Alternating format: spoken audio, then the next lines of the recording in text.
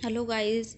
आज हम अपना नया चैप्टर स्टार्ट कर रहे हैं, रजिस्ट्रेशन। इस बुक मेरे पास एक बुक है, इसमें हमें क्वेश्चन वाइज मतलब आंसर दिए हुए हैं, क्वेश्चन बताया हुआ है, उसके अंदर आंसर दिए हुए हैं। हम डेली मतलब एक एक क्वेश्चन ट्राई करेंगे, अगर कोई छोटी हुई तो दो दो क्वेश्चंस भी कर लेंगे। बहुत ईजिली इसमें बताया हुआ है, सारा डायग्राम के साथ एक्सप्लेन कर रखा है। ठीक है, हम ईजिली छोटा छोटा करके जीएसटी की फुल बुक कंप्लीट करेंगे इसमें हम। ठीक है, अब देखो, पहले हम इसका डायग्राम समझेंगे, फिर एक्सप्लेनेशन देखेंगे। पहला क्वेश्चन कौन सा है हमारा, चैप्टर है हमारा रजिस्ट्रेशन। कि अगर हमने अपना जीएसटी नंबर लेना है, उसके अंदर अपने आप को रजिस्टर्ड करवाना है, तो हमें क्या क्या चीज़ें करनी पड़ेंगी। पहले तो अगर रजिस्ट्रेशन के बेनिफिट्स दे रखे हैं पहले क्वेश्चन में। ठीक है, रजिस्ट्रेशन होता क्या है, कैसे होती है, इसका प्रोसीजर, इसके बेनिफिट्स, इसका नेचर, इसके लिए कौन कौन बंदा रजिस्ट्रेशन के लिए लायबल है, इसकी लिमिट क्या, सब कुछ इस चैप्टर में आएगा। तो हम लाइन वाइज लाइन देखेंगे, जितना हो सके एक वीडियो में कवर करने की कोशिश करेंगे। सीरीज़ वाइज वीडियोस हमारी चलेंगी जैसे कि आगे चल रही हैं। ठीक है, in any tax system registration, पहले ये बताती हूँ आपको डायग्राम। ठीक है, सॉरी बताना भूल गई। फर्स्ट है जिसे रजिस्ट्रेशन करवानी है पर्सन को। ठीक है, प्रोवाइड आइडेंटिटी टू, जो रजिस्ट्रेशन है वो क्या प्रोवाइड करती है हमें, आइडेंटिटी टू टैक्स पेयर। हमें एक आइडेंटिटी प्रोवाइड करती है कि हम टैक्स पे करते हैं। और जो आइडेंटिटी है हमें वो कैसे मिलती है, आइडेंटिटी इज़ रिक्वायर्ड, तभी आइडेंटिटी हमें मिलती है जब to fulfil tax compliance is requirement, जब हम हमारी मतलब जो टैक्स पे करने की रिक्वायरमेंट्स है उनको फुलफ़िल करते हैं, मतलब टैक्स पे करते हैं टाइम टू टाइम। ये नहीं है कि एक बार टैक्स पे कर दिया दूसरी बार नहीं पे किया। जब हम टैक्स पे करते हैं तब हमें उससे एक आइडेंटिटी मिलती है, जिससे कि हम पता चलता है कि हम एक टैक्स पेयर पर्सन हैं। ठीक है, if any tax system registration is indispensable requirement which provide identity.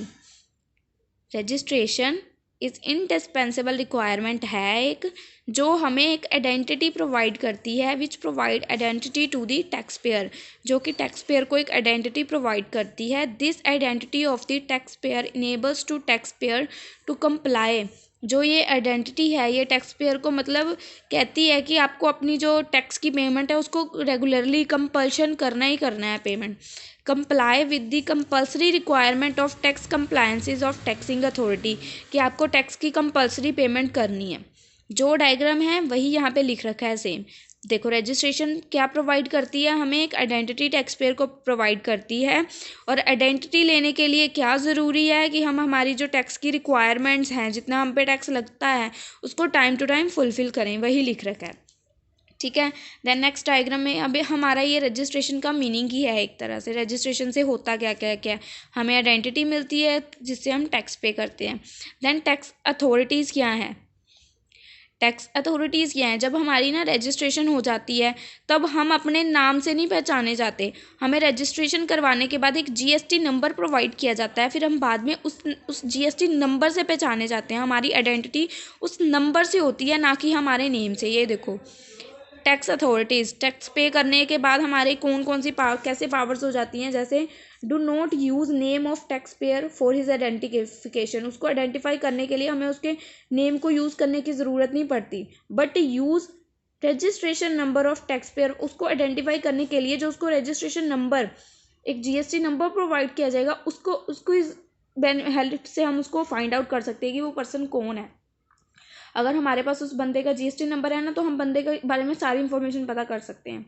ठीक है, देन है हमारे एडवांटेजेस बेनिफिट्स ऑफ रजिस्ट्रेशन।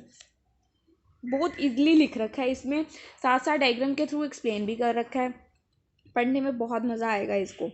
ठीक है, देखो एडवांटेज क्या है हमें रजिस्ट्रेशन करवाने के। First, reconcile as legal supplier. जब हम अपनी रजिस्ट्रेशन करवाते हैं, हमारी रजिस्ट्रेशन हुई हुई है, तो हम एक लीगली सप्लायर मतलब लीगली सामान बेचने वाले बन जाएंगे। ये नहीं है कि हमने क्योंकि रजिस्ट्रेशन करवाई है, अगर हम कोई सामान बेच रहे हैं उस पर टैक्स लग रहा है, ऑब्वियस हम पे करें क्योंकि हम रजिस्टर्ड पर्सन हैं, तो हम लीगल सप्लायर बन जाते हैं। Only when a person get himself registered, जब पर्सन खुद को रजिस्टर करता है, ही shall be legally recognized as a supplier of goods, तो उसको हम लीगली रिकोगनाइज कर सकते हैं एक सप्लायर के रूप में ऑफ गुड्स एंड सर्विसेज, और both in the eyes of GST authorities. According to GST authorities वो एक सप्लायर है जो कि लीगल सप्लायर है, नॉट इलीगल। ठीक है, देन सेकंड पॉइंट है legal authorisations to collect tax. हमारे पास लीगल अथॉरिटी होती है कि अब हम टैक्स कलेक्ट कर सकते हैं, क्योंकि अब हम एक रजिस्टर्ड पर्सन है। अगर हम किसी बंदे को सामान बेच रहे हैं, उससे टैक्स लेंगे, तो हम रजिस्टर्ड पर्सन है, आगे हम उस टैक्स को गवर्नमेंट को पे भी करेंगे, है ना। काफ़ी बंदे होते हैं जो हमसे टैक्स तो ले लेते हैं कस्टमर से, बट वो खुद रजिस्टर्ड नहीं होते। Only after the person is required, only after the person is registered under the GST law, after है, देखो बाद में, अब उसके बाद जब बंदा रजिस्टर्ड हो जाता है GST law, he is legally authorise to collect taxes from his customer, तब वो लीगली ऑथराइज हो जाता है कि वो कलेक्ट टैक्स हक से कह सकता है भाई ये टैक्स है, हमें पे करो। Collecting tax without getting registration, अगर उसने रजिस्ट्रेशन नहीं की हुई और वो हमसे टैक्स कलेक्ट कर रहा है, तो ये GST के लिए की तरफ से क्राइम है, उनके तरफ से अगर देखा जाए तो ये एडवांटेज हो जाती है। कोई जिसकी मतलब रजिस्ट्रेशन नहीं हुई ना, अगर कोई सप्लायर है, तो वो हमसे टैक्स कलेक्ट नहीं कर सकता, क्योंकि तू खुद टैक्स आगे पे ही नहीं करेगा, तो हमसे किस बात का कलेक्ट कर रहा है, ठीक है ना। तो जो भी बंदा हमसे टैक्स कलेक्ट कर रहा है, ध्यान रखना चाहिए कि वो रजिस्टर्ड पर्सन हो और वो आगे उस टैक्स को पे करता हो, ठीक है। देन थर्ड पॉइंट आता है हमारा इसके अंदर, legal authorisation to pass credit to buyer, legally authorization to pass credit to his buyer. देखो अगर रजिस्टर्ड पर्सन्स हैं वो आगे आगे सप्लाई करते जा रहे हैं, तो ITC अवेलेबल होता है, क्रेडिट, जो एक बार जितना टैक्स पे कर दिया उसके बाद अगर हम पे टैक्स बढ़ के लगा है, तो जितना टैक्स पे हो गया उसको हम लेस करके जितना रह गया उतना पे करते हैं।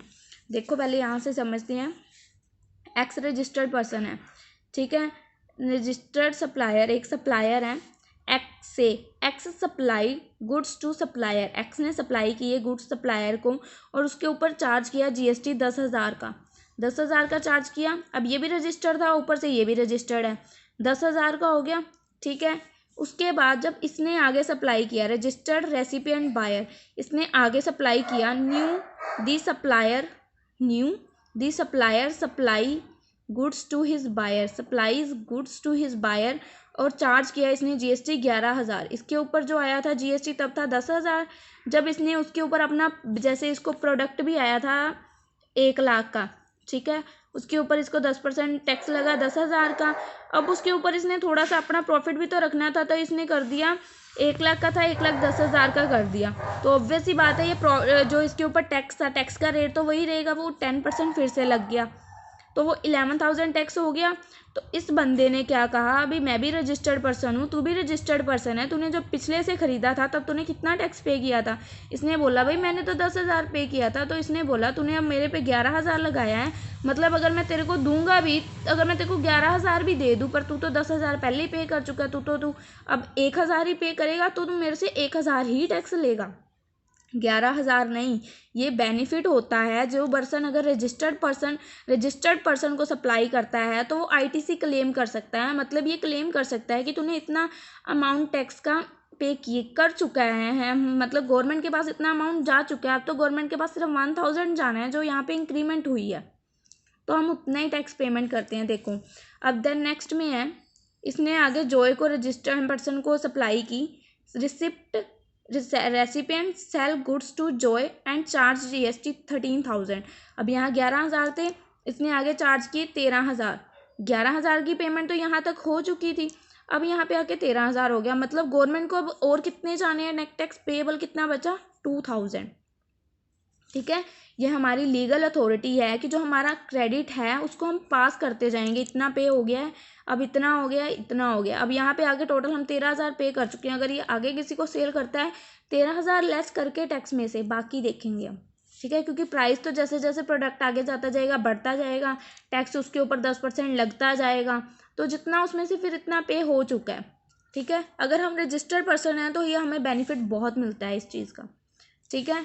ये देखो लिख क्या रखा है, once the supplier is registered, अगर एक बार सप्लायर रजिस्टर्ड है, he is allow to pass on credit of the taxes pay of goods और services supply to his buyer, जब वो आगे आगे गुड्स सप्लाई करता है तो वो इस क्रेडिट का बेनिफिट ले सकता है, ठीक है। Result the registration recipient receive a credit, registration जो ये रेसिपिएंट था इसको क्रेडिट था वर्थ, मतलब चार्ज लगा था 11,000 on supplies made to him by supplier, because अब इसको यहाँ पे क्यों मिला, 11,000 का जो ये यहाँ पे मिला, क्यों मिला? क्योंकि वो दोनों बिकॉज बोथ आर रजिस्टर्ड। अगर इनमें से एक भी अनरजिस्टर्ड हो जाता ना तो वहीं पे ये सारा सिलसिला खत्म हो जाना था आईटीसी का, फिर आगे वो क्लेम नहीं कर सकते थे। ठीक है। Now when recipient sell the goods further to Joe, recipient ने फर्दर सेल किए जोए को and charge 13,000 GST, he will only pay balance amount, जितना बैलेंस अमाउंट बचा 2,000 as GST because he get credit, तो उसको उसका क्रेडिट मिल गया आईटीसी का, देन ही गेट क्रेडिट, क्योंकि ITC of tax already pay to supplier. ठीक है ना, टैक्स तो बाकी का ऑलरेडी पे हो चुका था, तो उसको आईटीसी का बेनिफिट मिल जाएगा। ठीक है, I hope third point clear है। लास्ट वाले पॉइंट से और भी क्लियर हो जाएगा, देखते हैं आगे आगे कैसे होता है। आगे legal authorisation to claim input tax credit, legally हम उसको क्लेम कर सकते हैं। रजिस्टर्ड सप्लायर, अगर registered supplier get both advantage on registration, registered supplier और अगर रजिस्टर्ड रेसिपिएंट है तो दोनों उसके एडवांटेज ले सकते हैं। He can claim ITC, ITC claim कर सकते हैं। He can pass on ITC, जो उनसे वो सप्लायर हैं जो उनके पास रेसिपिएंट है वो आगे उसको पास भी कर सकते हैं आईटीसी को। जैसे 11,000 का था, 11,000 पास कर दिया, उसके ऊपर लगा कितना 13,000, तो 2,000 13,000 उसका बच गया, 2,000 मतलब उसको पे करना पड़ा। पिकिंग दी सेम इलस्ट्रेशन, यही वाली इलस्ट्रेशन यहाँ पे उठाई है उन्होंने। देखो, एक्स रजिस्टर्ड पर्सन था, उसने आगे रजिस्टर्ड सप्लायर को दिया।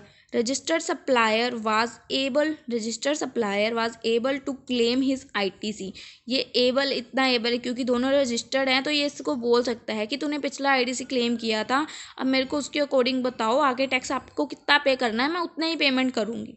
ठीक है, अब आगे देखो, इसने रजिस्टर्ड सप्लायर ने रजिस्टर्ड रेसिपिएंट को दिया, दोनों ये भी रजिस्टर्ड था, अब ये भी रजिस्टर्ड है। रजिस्टर्ड सप्लायर कुड पास, इसने आगे आईटीसी पास ऑन कर दिया। इसने 11,000 हुआ था इसके, तो इसने आगे पास ऑन कर दिया। जब इस पे लगा वो 13,000 हो गया, तो इसने बोला कि 11,000 मैं पे कर चुका हूँ, बचा कितना 2,000, तो वो आप पे करो, तो ये 2,000 पे करेगा। ठीक है, अब देखो नेक्स्ट पॉइंट क्या है। Seamless flow of ITC at national level, इसका एक सीमलेस फ्लो होता है, जब तक तो रजिस्टर्ड पर्सन से रजिस्टर्ड पर्सन तक जाता रहेगा, आईटीसी आगे आगे चलता रहेगा। जैसे ही यहाँ पे चेन इनकी टूटी, रजिस्टर्ड रजिस्टर्ड रजिस्टर्ड, यहाँ आ गया अनरजिस्टर्ड, वहाँ क्लेम वाला आईटीसी जो ये क्रेडिट कर रहे थे सारा सिस्टम ही ख़त्म।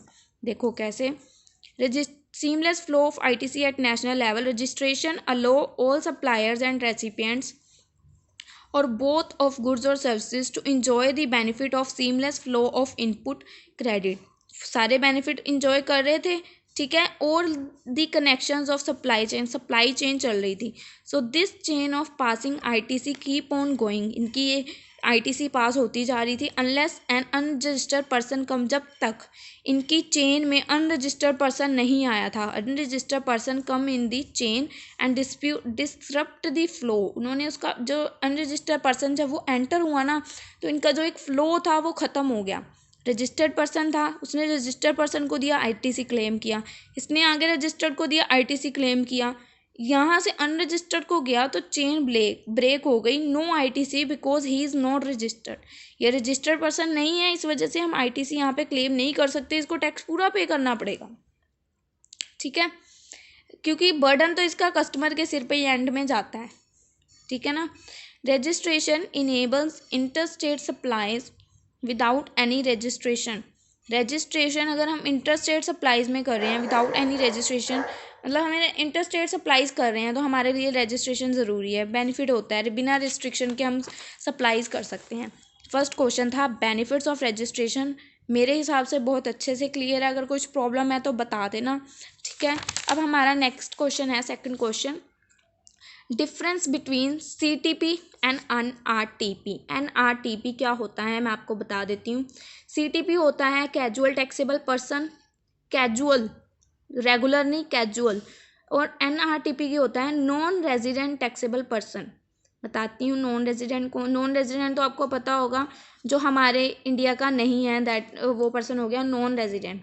ठीक है, इसका मीनिंग देखो, occasionally undertake transactions involving supply of goods or services in state or UT where he has no fixed place of business। Casual taxable person कौन होता है जिसका कोई फिक्स प्लेस नहीं होता बिजनेस का। ठीक है। He has no fix place of business in the states. इसकी काफ़ी सारी स्टेट्स में जगह होती है काम करने की, मतलब एक फिक्स प्लेस नहीं होता, आज इस स्टेट में है कल उस स्टेट में है, स्टेट्स। ठीक है। और ओकेजनली अंडरटेक ट्रांजैक्शन, इसका मतलब स्टेट में, सॉरी स्टेट बोल दिया यहाँ पे मैंने। He has no fix place of business in that state, उसी स्टेट में इसका बिजनेस करने की एक जगह नहीं है, आज इस एरिया में कर रहा है कल उस एरिया में कर रहा है, मतलब उसके अलग अलग एरियाज़ में अलग अलग सिटीज़ में जा रहा है, स्टेट के अंदर with in the state but different countries. ठीक है। एक प्लेस ऑफ बिजनेस नहीं है। और इसमें क्या होता है, नॉन रेजिडेंट मतलब इंडिया का पर्सन ही नहीं है, आउट ऑफ इंडिया से आया है तो ऑब्वियस है इसका भी नहीं होएगा। But has no fixed place of business in India, इसका इंडिया में फिक्स बिजनेस नहीं है, इसका एक स्टेट में कहीं पे भी फिक्स बिजनेस नहीं है, मतलब स्टेट के अंदर काफ़ी सारे शहर होते हैं, उन शहरों में अलग अलग शहरों में उसके बिजनेस के प्लेसेस हैं, और इसका इंडिया में। ठीक है। जो कैजुअल टैक्सेबल पर्सन होता है उसके पास पैन नंबर होता है, बट जो नॉन रेजिडेंट है वो इंडिया का पर्सन ही नहीं है, उसके पास तो पैन नंबर होएगा ही नहीं, does not have a PAN number. ठीक है। अगर कोई कैजुअल टैक्सेबल पर्सन है, सेम एप्लीकेशन अगर उसको अप्लाई करना है, same application form for registration as a normal taxable person, जो नॉर्मल टैक्सेबल पर्सन के लिए होता है, जीएसटी रजिस्ट्रेशन 01 इसको अप्लाई करना पड़ता है। जीएसटी रजिस्ट्रेशन 01 के लिए जो कैजुअल है, जो नॉर्मल पर्सन होता है वो टैक्स नॉर्मली जैसे पे करते हैं वैसे करता है, बट जो कैजुअल टैक्सेबल पर्सन होता है ना, इसको एडवांस में टैक्स पे करना पड़ता है सारा। ठीक है। एडवांस पेमेंट होती है इसकी, क्योंकि ये कैजुअल होता है, इसका भरोसा नहीं है आज इस शहर में कल उस शहर में, तो इसको एडवांसली टैक्स पे करना पड़ता है, बस इतना इसमें बेनिफिट होता है नॉर्मल में और इसमें। ठीक है। और जो नॉन रेजिडेंट टैक्सेबल पर्सन होता है, इसका एप्लीकेशन फॉर्म कौन सा होता है, separate application form for registration, GST registration form 09, देखो 9 लिख रखा है यहाँ पे, मिस्टेक है 10 लिख रखा था, इसका मैं आपको प्रूफ भी दिखा देती हूँ अभी। Separate application form non resident taxable person के लिए कौन सा अवेलेबल होता है, ये देखो यहाँ पे ना एक प्रोसीजर में बता रखा था इन्होंने, जब मैंने प्रोसीजर रीड किया तो उसमें सब में 2-3 बुक्स में चेक किया, ये देखो registration to non resident taxable person के लिए कौन सा फॉर्म है, रजिस्ट्रेशन जीएसटी फॉर्म नंबर 9। ठीक है। तो वहाँ पे मैंने 2-3 बुक्स से चेक किया है, वहाँ पे गलत था थोड़ा सा, तो हमने वहाँ पे अपना करेक्शन कर लिए, जीएसटी फॉर्म नंबर हम 9 लेके चलेंगे यहाँ पे। अगर कोई कैजुअल है तो उसके लिए 1 और दूसरे के लिए 9। ठीक है। Furtherance of business, he has to undertake transactions in the course of furtherance is business, उसको ट्रांजेक्शन्स अंडरटेक करनी पड़ेंगी, इसके लिए कुछ भी नॉट नेसेसरी नहीं है। ठीक है। इसको has to file normal return, इसको नॉर्मल रिटर्न्स फाइल करनी पड़ेंगी, जीएसटी R1 R2 R3। ठीक है। इसके लिए जो रिटर्न है वो होती है जीएसटी R5, देखो GST R1 GST R2 GST R3 ये पे कर रहा है, जो जीएसटी R4 होती है वो कंपनसेशन स्कीम के लिए होती है, जो क्वार्टरली पे होती है आई थिंक। ठीक है। जिन प्रोडक्ट्स के ऊपर कोई टैक्स नहीं लगता। ठीक है। तो वो जीएसटी R4 उनके लिए होगी, तो जीएसटी R5 इनके लिए होती है non taxable non resident taxable persons के लिए। हमें लर्न करने का इजी वे है। 1 2 3 जो जीएसटी R1 2 3 होती है वो कौन पे करता है, एक तो नॉर्मल ये कैजुअल टैक्सेबल पर्सन भी पे करते हैं और नॉर्मल टैक्सेबल पर्सन भी यही रिटर्न्स पे करते हैं। ठीक है। जीएसटी R4 कौन करते हैं, जिनकी कंपोजिशन स्कीम होती है। जीएसटी R5 कौन पे करता है, जिनकी नॉन रेजिडेंट टैक्सेबल पर्सन होते हैं। ठीक है। जो कैजुअल टैक्सेबल पर्सन होते हैं can claim ITC of all inward supplies, ये आईटीसी क्लेम कर सकते हैं इनवर्ड सप्लाईज के ऊपर।